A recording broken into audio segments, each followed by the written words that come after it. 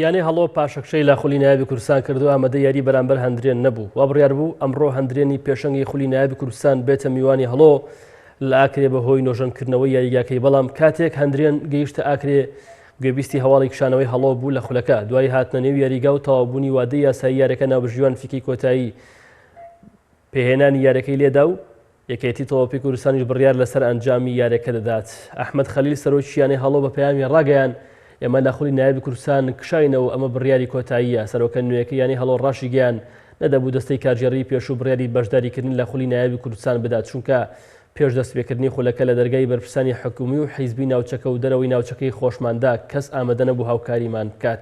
ئەحمەد خەلیل وتیشی یانەی هەڵۆ 22 ملیۆن قەرزارە و یاریزانەکانمان مانگێک و نیوە 200,000 یان وەرگرتووە. جیاوازێکی زۆر لە نێوان یانەکان دەکرێت بەشێکیان بڕەپارێکی زۆریان بۆ خەرج دەکرێت خاوەنی سەرچاوی داهاتن بەڵام هەڵۆ دوورە دەستە و هیچی نییە.